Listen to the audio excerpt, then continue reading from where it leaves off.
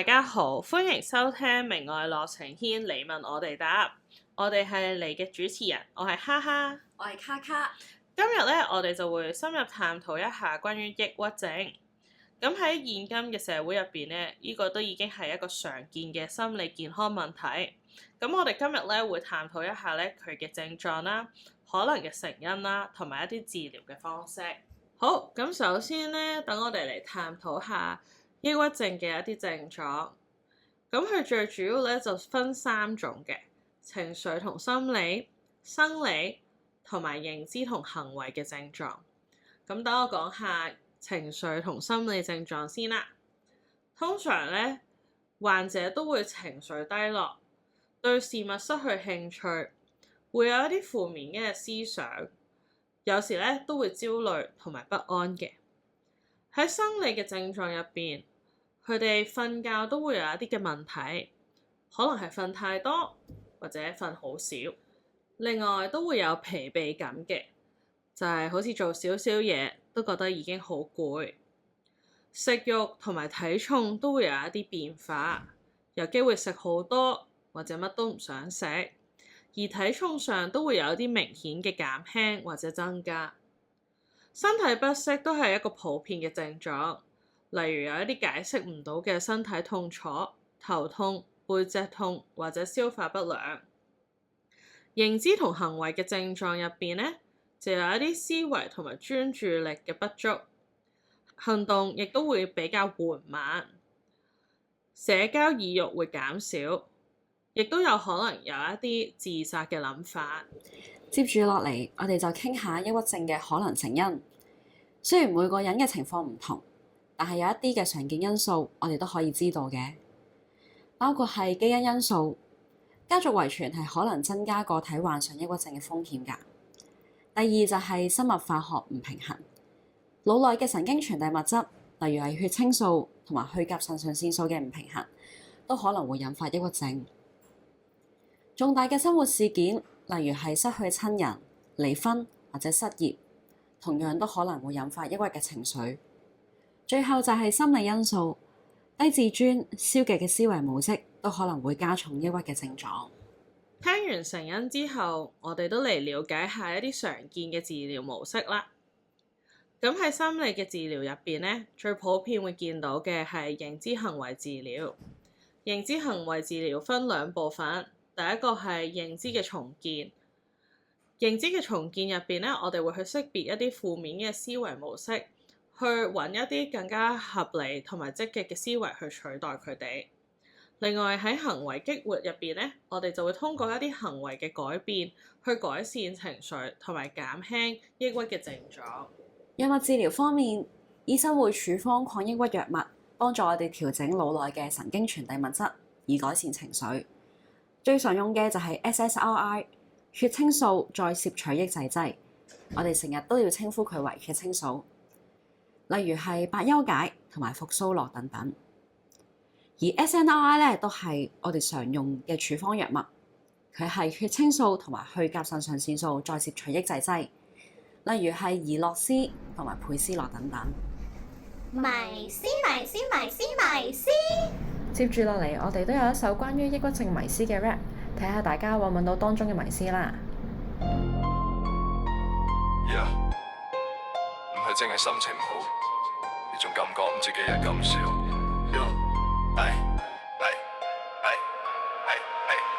腦入面風暴見唔到，生活節奏跟唔到，靠意志撐到尾，唔係套戲，唔好再逼自己，需要治療同支持，呢段路我同你一齊行。腦入面風暴見唔到，生活節奏跟唔到，靠意志撐到尾，唔係套戲，唔好再逼自己，需要治療同支持，呢段路我同你一齊行。佢叫你買咁玻璃，冚唪唥聲就冇事，但抑鬱並唔係講幾句就可以，情緒思維一切全部一切被顯人，起身上架都費事好似等咗個引擎，唔係懶唔係扮，係腦內化學在動彈，請你俾多啲耐性，唔好用眼神去判斷，有時我都想眼撐，但意志唔係萬能，要求專業通知公司可以行得穩，心理治療因為同步家人最好等，自覺加求助，層次下試試穩陣，冇講發作那次問日過特點，不過坐低聽我講轉嘅係最好嘅回應，情緒低落唔等於我唔爭氣，係疾病係挑戰。唔好再怪自己。腦入面風暴見唔到，生活節奏跟唔到，靠意志撐到尾，唔係鬥氣，唔好再逼自己。需要治療同支持，呢段路我同你一齊行。有人話要天崩地裂先至會抑鬱，事實係好多人有交錯都失衡，基因環境壓力腦內化學全部上陣，有時冇大事都會慢慢被吞噬，冇等到跌落心目先睇真，做啲識別做啲靠咗先至守得住自身，強唔係標籤，受傷唔關你值幾千，戰士都會有痛點，傷口都需要被看見，抑鬱普遍過你想象，唔分身份控制與行求助係種勇敢，承認難受更加真，唔淨係大一先中招，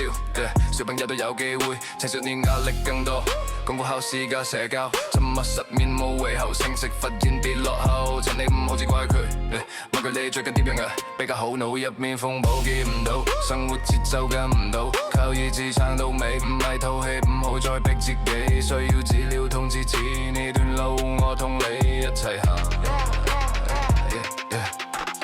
過你而家身處黑夜，請記得有人聽你講，揾專業揾密友揾啲鮮微光，會帶你過山講迷思差，解釋真相已經亮起，我哋一齊行，多走一步走緊呢處光，腦入面風暴見唔到，腦入面風暴見唔到，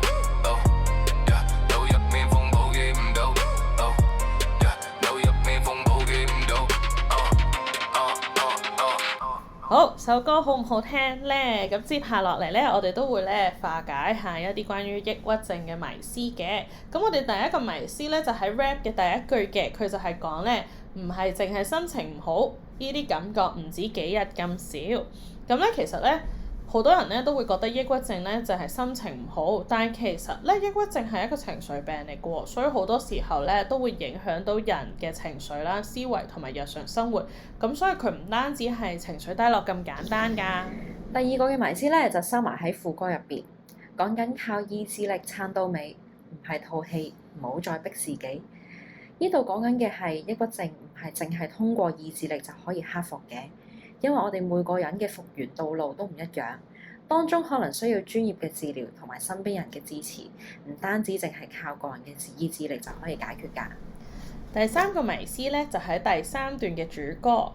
有人話要天崩地裂先至會抑鬱，好多人覺得咧喺生活入邊有一啲重大嘅事情發生之後先會有抑鬱症，但係其實咧佢嘅成因就係好複雜嘅。可以同我哋遺傳啦、化學物質唔平衡啦，同埋一啲環境因素都有關。咁所以唔一定要有一啲重大嘅事情發生咗之後咧，先會觸發到抑鬱症嘅。第四個嘅迷思係喺第四段嘅主歌，講到強唔強唔係標籤，受傷唔關你值幾錢。有啲人覺得患有抑鬱症嘅人係弱者，但係其實抑鬱症係一個常見嘅健康問題，同我哋個人嘅性格強弱係冇關係㗎。每個人都有可能會經歷精神健康嘅挑戰㗎。最後嘅迷思就喺第五段嘅主歌，唔淨係大人先中招，小朋友都有機會。好多人都覺得抑鬱症就係會影響到成年人，咁但係其實咧，抑鬱症係可以影響所有年齡層嘅人㗎喎，都包括咗兒童同埋青少年。接下落嚟，我哋會答一下觀眾嘅問題。第一條問題係問我哋點樣分辨普通情緒低落同埋抑鬱症？普通嘅情緒低落通常都係短暫嘅，過咗幾日可能就會開心返。但係抑鬱症咧就會除咗持續嘅悲傷之外，我哋會對平時鍾意嘅活動都失去興趣，瞓覺同埋食嘢都會有影響。我哋咧會覺得好攰，成日都覺得精神唔夠，自我價值咧都會變得低落，同埋會有啲自責感。另外咧都會有啲思維嘅困難，同埋專注力變差。有時咧仲會有一啲自殺嘅念頭或者行為。呢啲種種嘅症狀至少維持2個星期，所以都會好影響我哋日常生活。亦都有會員朋友問，除咗藥物治療同埋心理治療之外，仲有冇其他適合大眾嘅輔助治療方法？第一種咧就係可以做運動，定期做運動咧係可以釋放安多酚，幫助我哋去改善情緒。第二種咧就係社交支持，同朋友仲有屋企人去保持聯繫，參加一啲治療小組都有助幫我哋改善情緒嘅。第三種咧就係藝術治療，畫畫啦、音樂同埋寫作咧，呢啲方式都可以幫助我哋去做一啲情緒嘅表達，去做到改善情緒㗎。第三條問題係由照顧者提問嘅。做照顧者嘅時候，自己好攰，應該點樣去顧及自己嘅身心健康？照顧自己嘅身心健康有好多唔同方法，例如啦，我哋可以去理解下自己嘅需要同埋限制，避免過度去承擔太多嘅責任。另外，我哋可以揾時間去做自我關照嘅活動，例如安排時間去休息。另外，都去做一啲自己鍾意做嘅嘢。最後，我哋都可以去尋求一啲支援。除咗同朋友同埋屋企人之外，我哋都可以同一啲同路人去分享自己嘅經歷，去尋求一啲情緒嘅支持。第四條問題亦都係會員朋友問嘅，佢哋問屋企人有抑鬱症，但係唔願意接受治療，有咩方法可以去幫佢哋主動求醫？第一種就係要去聆聽同埋理解，我哋耐心去聆聽佢哋感受，唔好批評屋企人嘅情緒，亦都唔好少睇佢哋嘅情緒。第二種咧就係提供一啲信息，例如係提供關於抑鬱症嘅資料啦，等屋企人去了解呢個疾病嘅本質。